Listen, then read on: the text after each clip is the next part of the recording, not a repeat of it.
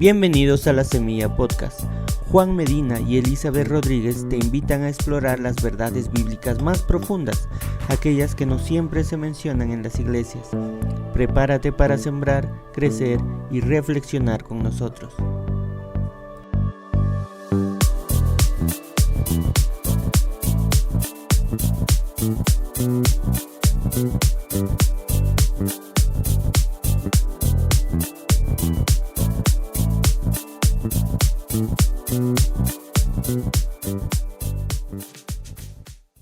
¿Cómo está, hermana Betty? Bien, gracias a Dios, y contenta de estar aquí para un programa más, ¿no? Donde vamos a hablar de la palabra de Dios. Es siempre un gusto compartir la palabra de Dios con nuestros amigos, con nuestros hermanos. Sí, es un gusto poder estar aquí una vez más y bueno, y seguir, ¿no?, con el estudio de este libro de Efesios. Estábamos hablando de cómo es que el amor de Dios nos ha adoptado, ¿no? Una de estas cosas, y vamos a proseguir ahora, hermano. Hoy vamos a hablar sobre la redención. El texto que tenemos hoy es Efesios 1, ya hace varios programas que estamos hablando de este capítulo. Y en este capítulo hay varios temas, como ya hemos visto. Y hoy vamos a hablar sobre el significado de redención que está en el capítulo 1, versículos 6, la parte B, hasta el versículo 10. Porque el último programa que hemos hecho, hemos estudiado hasta el versículo 6, parte A, que es ahí. Para alabanza de la gloria de su gracia. Ahí es la parte A, en la coma.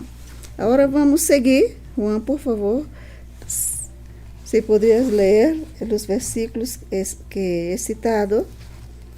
De la parte 6b hasta el 10. Okay. Eso es. Ya dice así: con la cual nos hizo aceptos en el amado, en quien tenemos redención por su sangre, el perdón de pecados según las riquezas de su gracia, que hizo sobreabundar para con nosotros en toda sabiduría e inteligencia, dándonos a conocer el misterio de su voluntad, según su beneplácito, el cual se había propuesto en sí mismo, de reunir todas las cosas en Cristo, en la dispensación del cumplimiento de los tiempos, así las que están en los cielos como las que están en la tierra. Entonces, como ya les hablé, hoy vamos a estudiar el significado de redención. El concepto de redención se expresa en 6 términos tomados del ámbito legal y que se emplean en el Nuevo Testamento con relación a la salvación. Todas las veces que aparece en la Biblia, en el Nuevo Testamento, la palabra redención tiene que ver con la salvación. El primer término griego para redención es dikaio, con doble O al final, dikaio. Y otros términos relacionados. ¿Qué es dikaio? Hacía referencia a la exculpación legal de una acusación y se empleaba en sentido teológico para hablar de la vindicación, justificación y declaración de un pecador como justo delante de Dios. Entonces, cuando Dios declara justo a un pecador, ahí justificación es dikaio. Y está relacionado con la redención. ¿Entiendes? Entonces, dikaio hacía referencia a la exculpación legal de una acusación y se empleaba en sentido legal, teológico, para hablar de la vindicación, justificación y declaración de un pecador como justo delante de Dios. Tenemos algunas citas bíblicas. Vamos a leer solamente una que es Romanos 3:4, que es justamente ese capítulo, es que habla de la doctrina de la salvación, de la justificación, de la santificación, de la glorificación también. Romanos 3:4.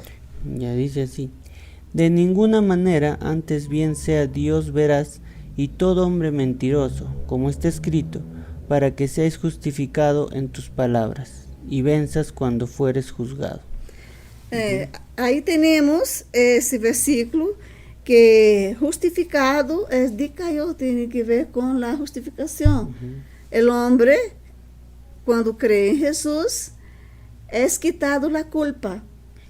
O sea, es declarado justo ante Dios. Ante Dios. Dios declara justo al pecador cuando cree en Jesucristo. Por eso que la salvación no es por obras. Claro. Por eso que la salvación es a través del sacrificio de Cristo, o por medio del sacrificio de Cristo. Es por la fe, por gracia. No tiene nada que ver con obras. Claro, porque entonces vemos aquí que Cristo es el que nos ha ganado nuestra salvación, nosotros Sí. no la ganamos, ¿no? Simplemente somos declarados justos. Sí. Cuando Dios declara justo, ahí es decayó, ¿no? Decayó. También tenemos otras citas bíblicas, pero no vamos a leer por la premura del tiempo. Es Romanos 4:25, Romanos 5:18 y 1 de Timoteo 3:16. Ustedes pueden leer ahí en su casa, tome su Biblia y léalo. Entonces, ahí todas las citas bíblicas que les di es decayó, cuando habla de la justificación. ¿Qué es justificación? Es cuando Dios declara justo a un pecador. Ahí entra ese término griego que es decayó. El otro término es afiemi, con ph, ¿no? Que el griego es así, afiemi. ¿Qué significa afiemi? Tiene el significado básico de despachar y se utilizaba para indicar el pago o conciliación legal de una deuda o el otorgamiento de un indulto. Eso es afiemir. Y se empleó en las escrituras para hacer referencia de perdão de pecados por parte de Dios. Entonces, cuando Dios perdona nuestro pecado a través del sacrificio de Cristo, eso estamos hablando de la salvación, de la redención. Cuando Dios nos declara justo, en este sentido es afiemir.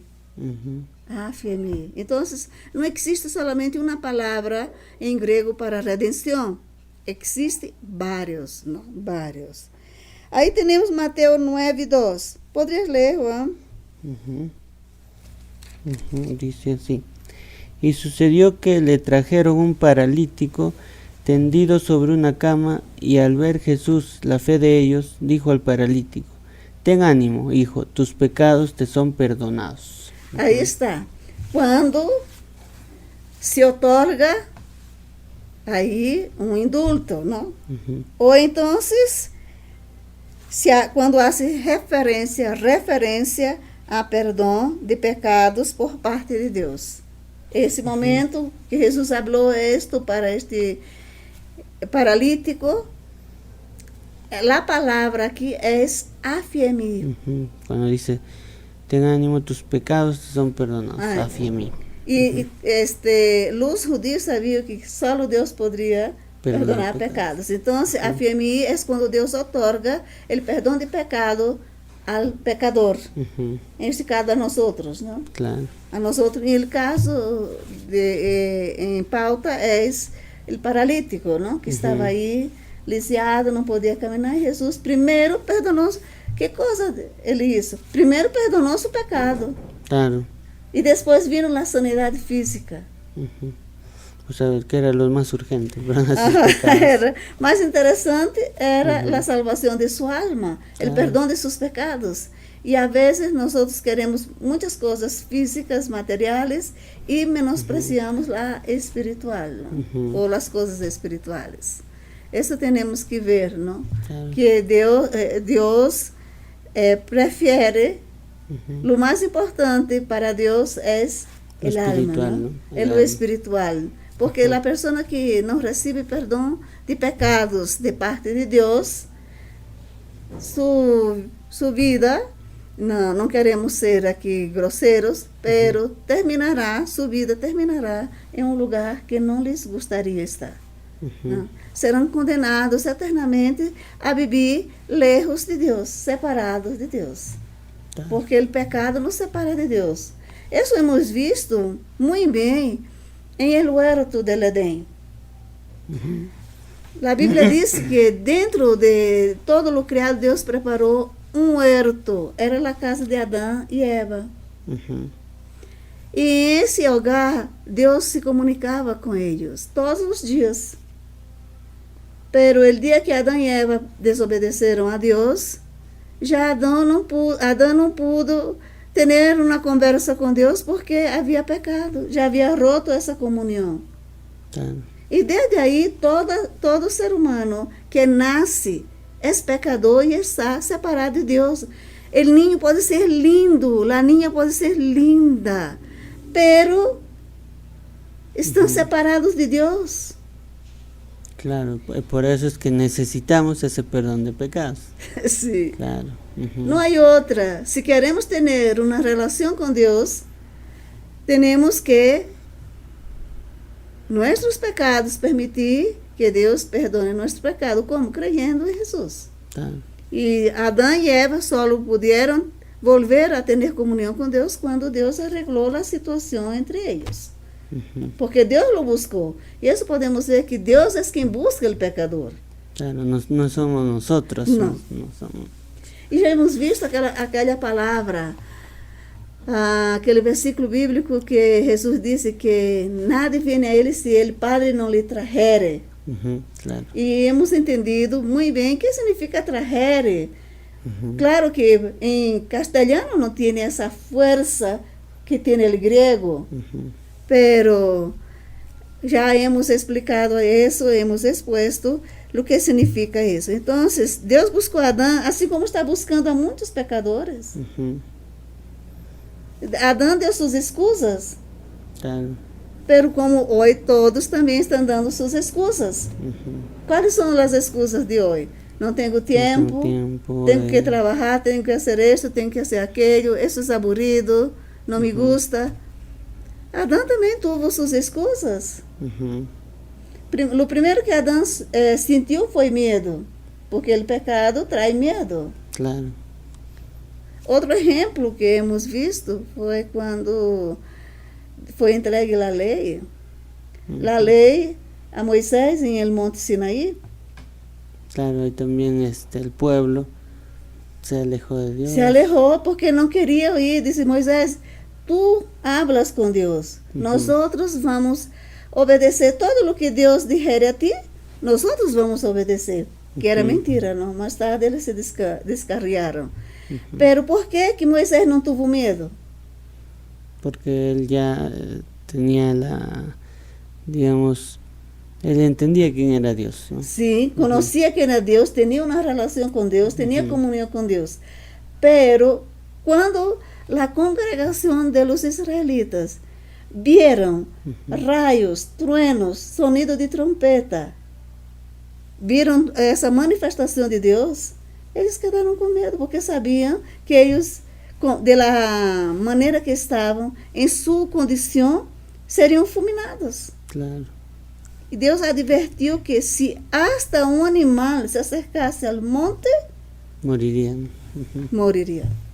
Entonces, el hombre necesita recibir el perdón de pecados de parte de Dios. Eso es necesario. Eso es muy relevante para el pecador. Eso es importante. Es una necesidad, así como el ser humano necesita de alimentarse, necesita del agua. necessita de um teto. Claro que uno pode vivir em uma casa humilde, pero são necessidades básicas. Pero a salvação e o perdão de los pecados, isso é necessário. Acima de todas as necessidades materiais. Claro, porque así aún si necesitamos el agua, una casa, todo ello, que algún día se va a acabar, nuestra salvación va a ser eterna, ¿no? Sí, eterna. Entonces es muy importante. Entonces, en ese sentido es que nosotros, es que la Biblia usa afia mí, y hemos visto aquí cuando Jesús perdonó el pecado de este hombre que estaba ahí lisiado, no podía moverse, y salió caminando, ¿no? Qué bueno. Y esto también podemos ver que el pecado nos paraliza, ¿no? Claro, también. Sí. Podemos estar felices con trabajo, felices digo entre comillas, ¿no? Con trabajo, con todo, pero espiritualmente estamos muertos, ¿no? Estamos lisiados. La otra palabra griega que se usa en el Nuevo Testamento para la redención es huiotesia. Huiotesia, que com H, né? E que é huiotesia? Se referia ao processo legal de adoptar um filho e é empleado por Pablo para representar a adopção do creyente em la família de Deus. Aí está em Romanos 8:15, está em Gálatas 4:5 e em Efésios 1:5. Então, quando nós aceitamos a Cristo, hacemos parte da família de Deus. Claro. Não é assim? Então, em esse sentido, se usa a palavra huiotesia. Né? Huiotesia. Então, huiotesia tem que ver com a adopção do creyente em la família de Deus. Quando já hemos sido perdonados, já hemos creído em Jesus, aí passamos a ser filhos de Deus e, logicamente, hacemos parte da família de Deus. E temos outra palavra griega para a redenção, é catalhazo. Catalhazo com K. Ora, o que significa catalhazo? Significava alcançar em uma corte a reconciliação legal entre duas partes hostiles. E se usa em el Nuevo Testamento com referência a la reconciliação del creyente com Deus por meio de Jesucristo. Vamos ler Romanos 5:10.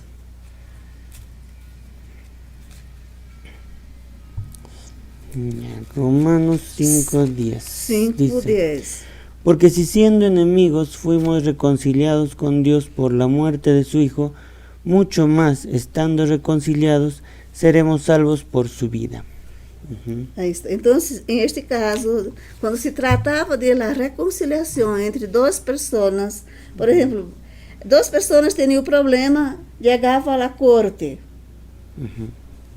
Então, aí o juez hacía las paces, la autoridade hacía las paces. Então, essa palavra era catalhazo. E em este sentido também nós éramos inimigos de Deus. Éramos inimigos de Deus. Havia hostilidade, pero não da parte de Deus, senão de nossa parte. De nossa parte. E o dia que hemos creído em Jesucristo, hemos sido perdonados e hemos sido reconciliados com Deus, porque éramos inimigos.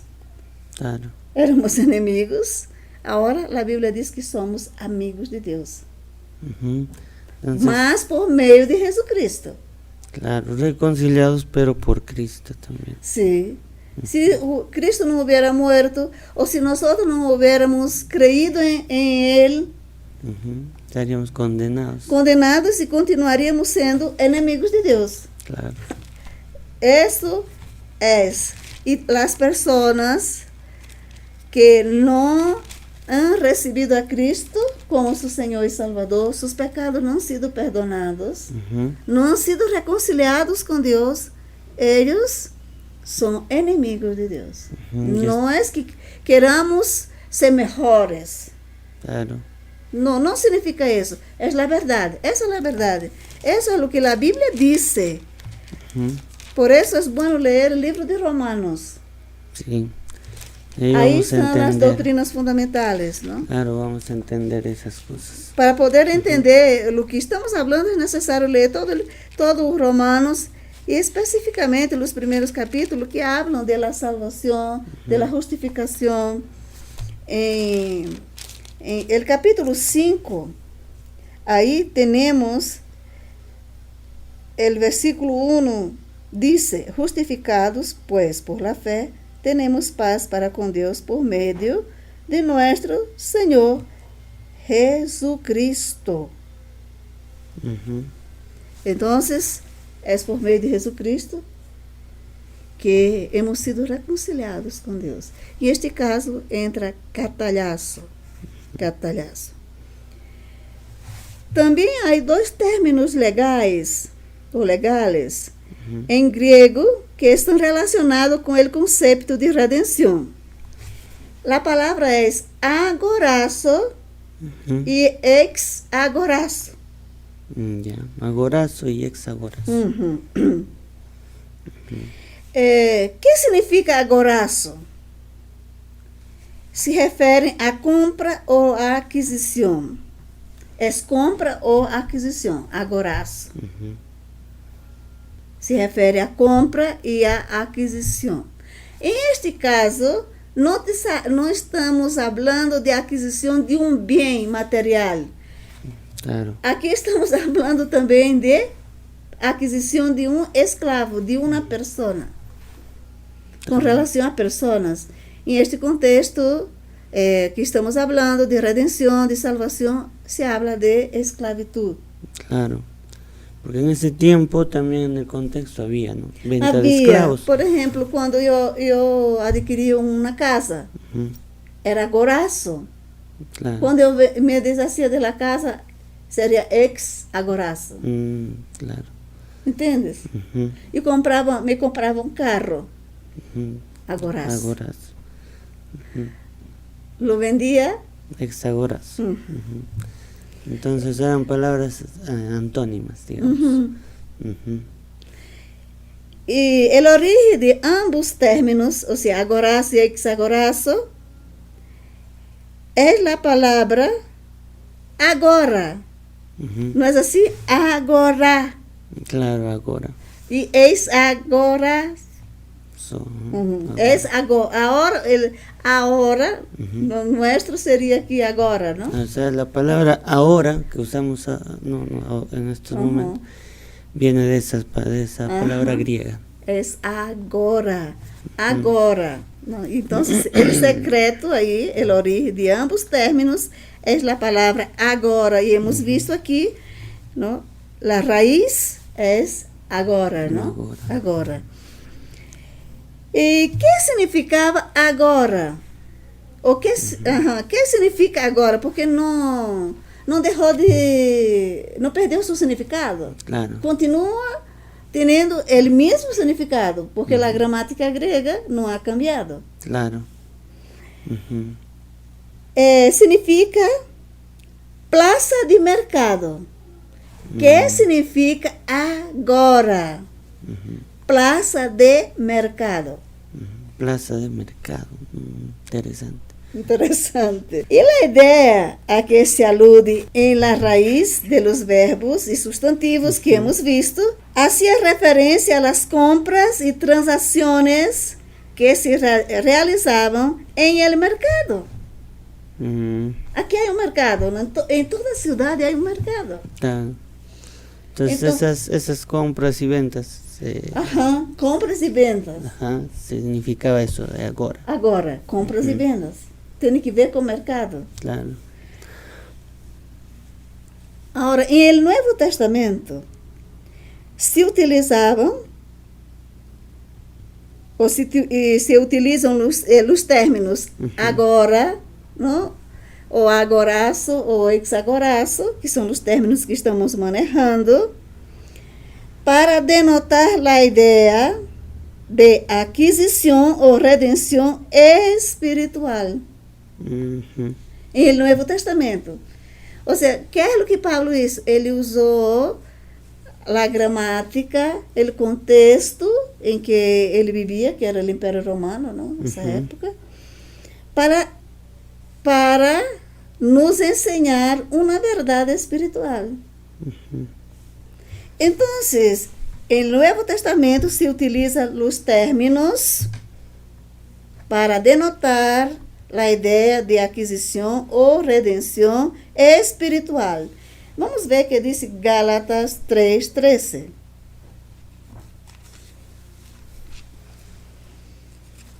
Gálatas 3:13.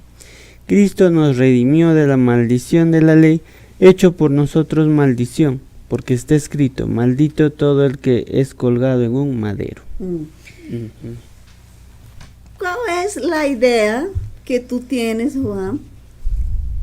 Ahora, con esa historia que Dios a través de Pablo nos quiere enseñar.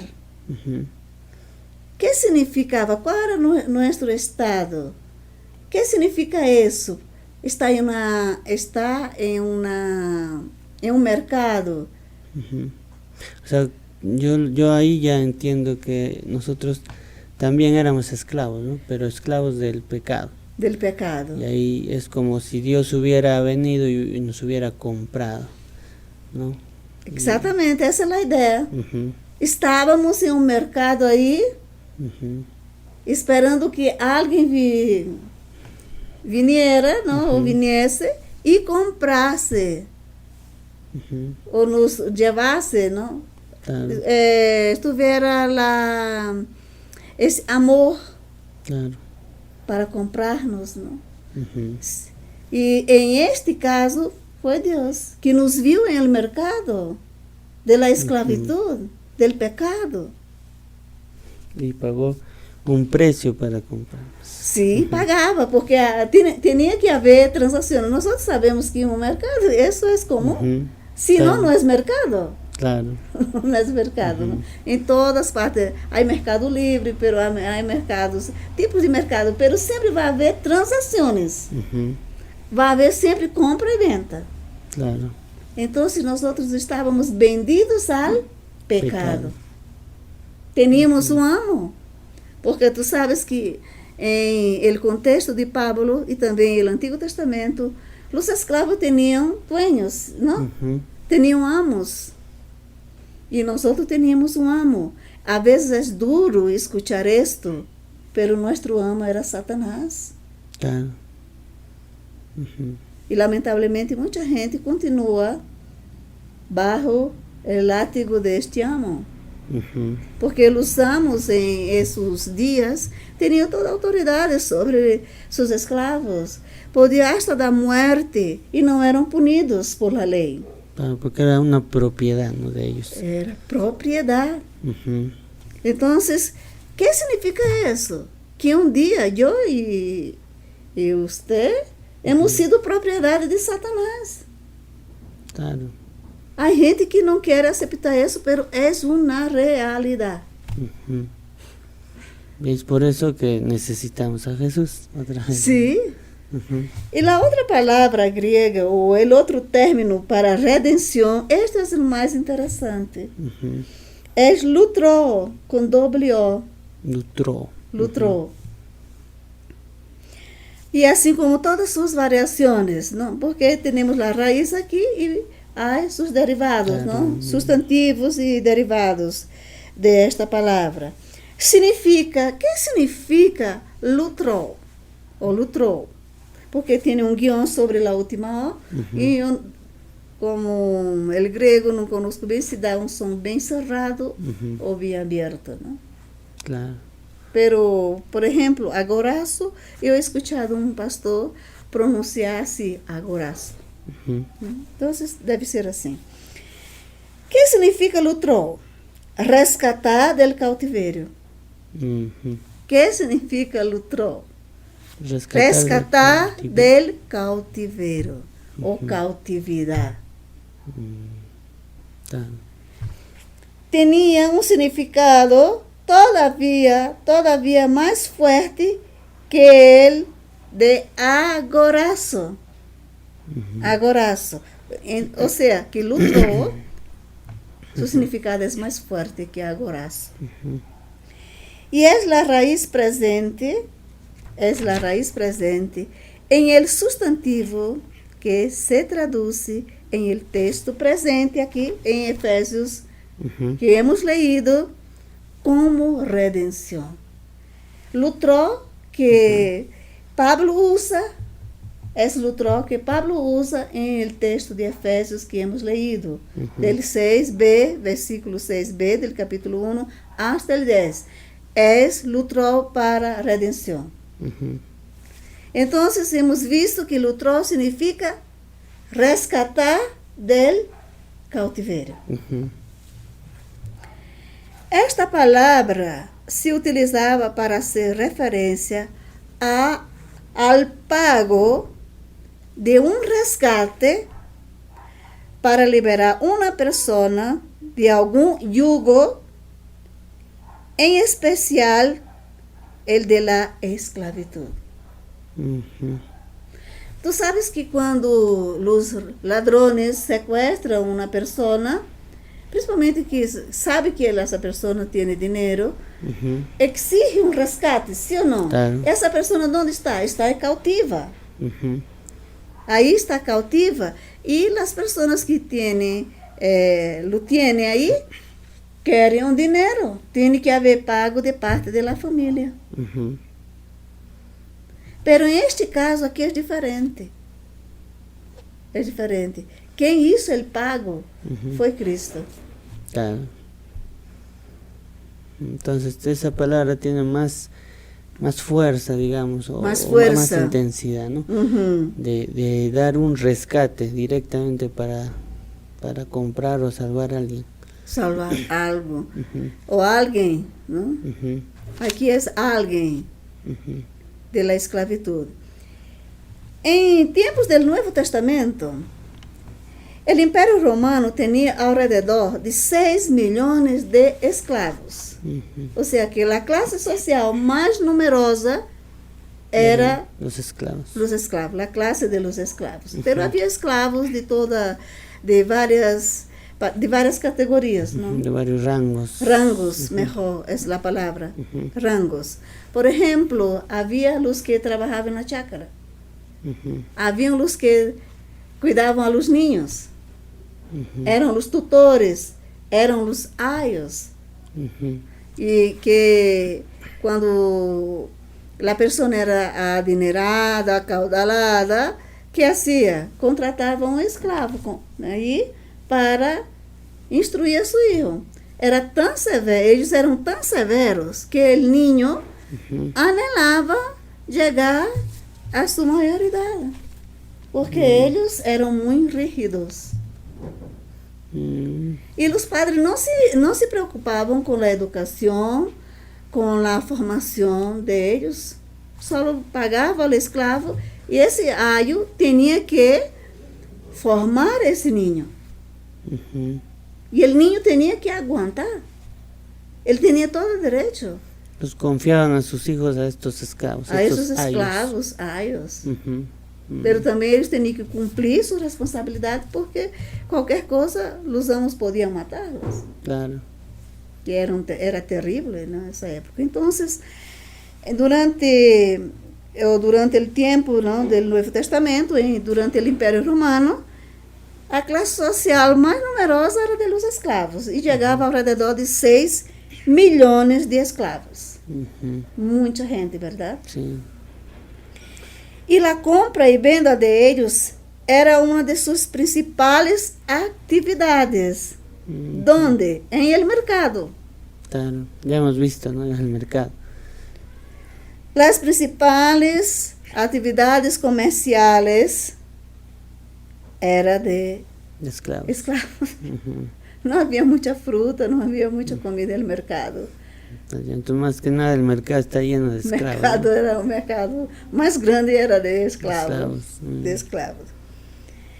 Ahora, si una persona quería liberar otra, por ejemplo, yo estaba en el mercado ahí, Ujú, estaba porque eles eram expuestos, ¿no? ujú. Llegaba una persona y quería me liberar. ¿Qué tenía que hacer? Tenía que Comprar. pagarle. Claro, tiene que comprarte. Ajá, tenía que comprarle. Y tenía su precio. Y los precios del esclavo dependían de la condición física de cada esclavo. Ujú.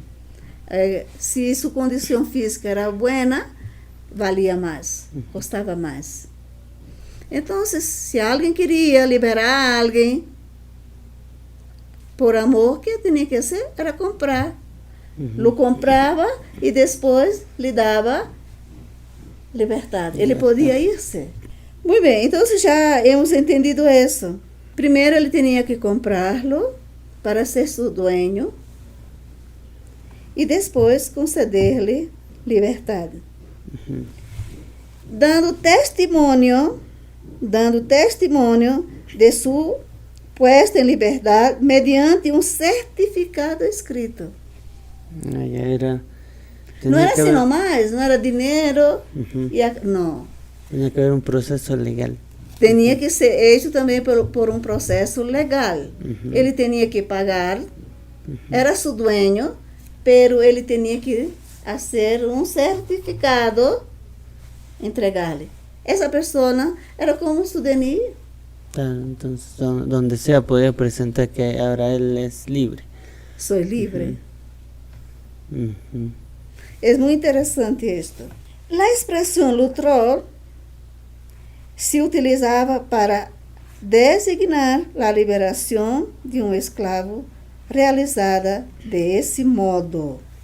Compra, passa a ser seu dueño, a pessoa compra, passa a ser seu dueño, luego o dueño dava um certificado Ujú. escrito como testemunho que ele havia comprado e agora essa pessoa era livre. Libre. Ujú. Que esse dueño lo ponia em liberdade. Ele podia estar livre, caminhar em todo o Império Romano, que nadie lo arrestava, porque os escravos, havia caça de escravos também. Se ele não tinha esse certificado, ele tinha que volver a seu dueño, Claro. porque ele já havia sido comprado. Ujú. Então, se tinha que volver a seu dueño. Essa é a ideia exata a que se alude com o uso do término em el Nuevo Testamento. Lutró. Para representar o sacrifício expiatório de Cristo em la cruz. Ele pagou o preço da redenção a fim de comprar toda a humanidade e ponerla em liberdade. Ujú. O sea, y ese fue el proceso, o sea, el proceso que hizo Jesús, ¿no? Se puede comparar con eso, de que nos compró y luego nos puso en libertad.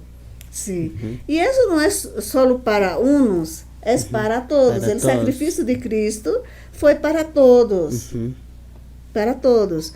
A ideia de Deus foi esta: restaurar o homem a sua condição que ele havia sido, havia tenido. Ujú. Pero por causa de Adão e Eva, nós outros nos tornamos pecadores. Ou seja, todas as pessoas que descendem de Adão, Ujú. que descenderam de Adão, são pecadores. E foi por esta razão que Jesus pagou com sua própria vida, deu sua vida em la cruz del Calvário, para rescatar de la esclavitud la humanidade caída e ponerla em liberdade. A ideia é libertar, pero a gente não quer essa liberdade. pensam que essa liberdade é uma esclavitud e não entendem que eles são escravos do pecado, que eles estão vivendo em esclavitud. Claro, o sea, tienen la idea, o sea, les suena a ellos más que esta libertad como esclavitud, ¿no? Entonces están engañados. Estão engañados. Ujú. Y el pecado, el resultado del pecado es la muerte eterna. Claro. Porque uma das consequências do pecado de Adão e Eva foi a morte física e a morte eterna. Muerte significa separação. Então, muerte física, a pessoa muere físicamente, se separa de sua família, não é assim? Claro. De seus seres queridos.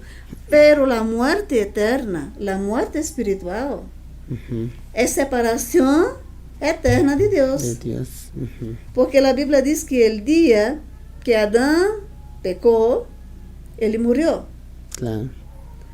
Pero nós sabemos por la história que Adão viveu 930 anos. Claro.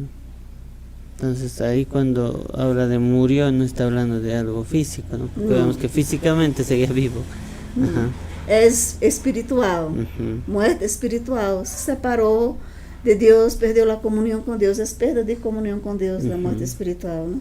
E temos a morte eterna, porque se a pessoa não é perdonada por Deus de seus pecados, não crê no sacrifício de Cristo para a redenção, seu resultado é a morte. Vai viver eternamente. Mira, isso aí é muito drástico, é muito triste isto, porque ele está vivendo separado de Deus. Morre fisicamente, vai continuar separado de Deus. O sea, nunca va a poder acercarse a Dios. Não. Em cambio, nós outros podemos morrer hoje. Eu posso morrer hoje, pero eu estou segura que continuarei vivendo na presença de Deus. Claro. Aí está a diferença. Como já hemos dito, todo ser humano que ha nascido desde a caída ha entrado ao mundo como um escravo del pecado. Isso nada lhes gusta. Tu sabes que quando Jesus disse que eles eram escravos a los judíos, eles se enojaram com Jesus. Sim. E as pessoas não querem entender que são escravos do pecado. Um dia eu he sido esclava do pecado, mas hoje, graças a Deus, sou esclava de Cristo. Claro, entonces eso não forçado, claro, senão por amor. Claro, por amor. Por amor. E barro, ele é escravo, todo ser humano que não ha sido perdonado, é um escravo do pecado.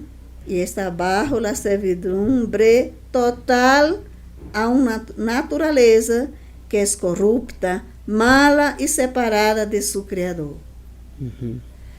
Muitas pessoas pensam, não? Eu vou levar meu sacrifício, não? Meu sacrifício. Eu vou fazer esta ofrenda para tal Deus, para isso, para Deus. Nada de eso sirve. Não, está muerto. Claro, entonces, porque, o sea, ahí vemos que el sacrificio ya lo ha hecho Cristo, ¿no? Entonces, Cristo. Nosotros no tenemos que sacrificar nada, más bien, nos tenemos que acercarnos a Cristo. Nenhuma pessoa nasce livre espiritualmente. Isso temos que saber. Hoje, se somos livres, é porque hemos creído em Jesucristo. E isso não nos dá direito de ser melhores que os demais, porque hemos sido escravos igual que eles. Claro. Nenhum ser humano é livre do pecado ou livre de suas consequências temporais e de sua consequência o castigo eterno. Porque, como lhes dije, se não aceita Cristo, ya estás condenado. Está condenado, é o que a Bíblia diz. Aí em São João 5:24 diz que el que ha creído em Cristo ha passado de muerte a vida. Pero aquele que não crê em Jesucristo é condenado. E Romanos 6:23 diz: la paga del pecado es muerte, mas la dádiva de Deus es vida eterna em Cristo Jesus, nosso Senhor. Ujú. Entonces ahí está bien claro, ¿no? Que el pecado trae muerte, la paga del pecado es muerte, pero la dádiva, o sea, el regalo de Dios es la vida eterna que está en Cristo Jesús, ¿no? De eso estamos hablando, que es Sí. Cristo el que nos ha dado la redención, la vida. Vamos ver San Juan 8:34. ¿Qué dice Romanos 8:34? ¿No? Dice, Jesús le respondió, de cierto os digo que todo aquel que hace pecado, esclavo es del pecado. Ujú. Ahí está, lo dijo Jesús, ¿no? Eso no es una cosa que nosotros estamos diciendo, es lo que la Biblia dice. Ujú. Y nosotros solo tenemos que decir lo que la Biblia dice. Claro, no estamos tratando de interpretar más allá de lo que dice la Biblia. La Biblia No. dice eso, claramente está diciéndolo ahí, ¿no? Por lo tanto, la redención bíblica se refiere al acto de Dios por el cual Él mismo pagó a manera de un rescate el precio del pecado. Eso es la redención. La redención bíblica es esto, que Dios mismo proveyó la ofrenda para el pecado. La Biblia dice que Jesús se hizo pecado por nosotros, Claro, murió como un pecador. como un pecador, Ujú. porque en esos días quien moría en la cruz eran los criminales. Ujú. Claro, los peores criminales. Sí. Incluso, no cualquier criminal moría en la cruz. Y fue colgado entre dos criminales también, Ujú, entre también. dos ladrones. Ujú. ¿Por qué?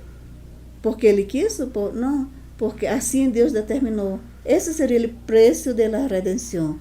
Ese sería el pago por el rescate de la esclavitud del pecado. Ujú.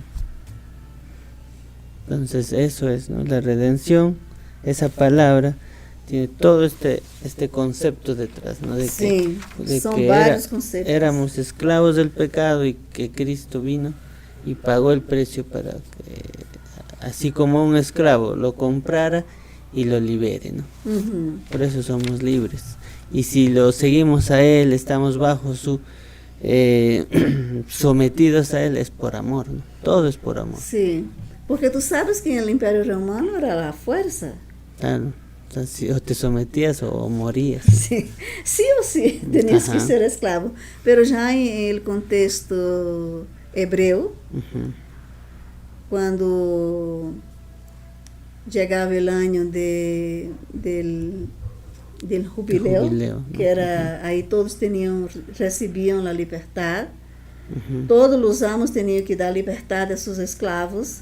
Pero si este esclavo amaba tanto a su amo, Ujú. ele não queria irse. Pero, ¿qué tenía que hacer el esclavo?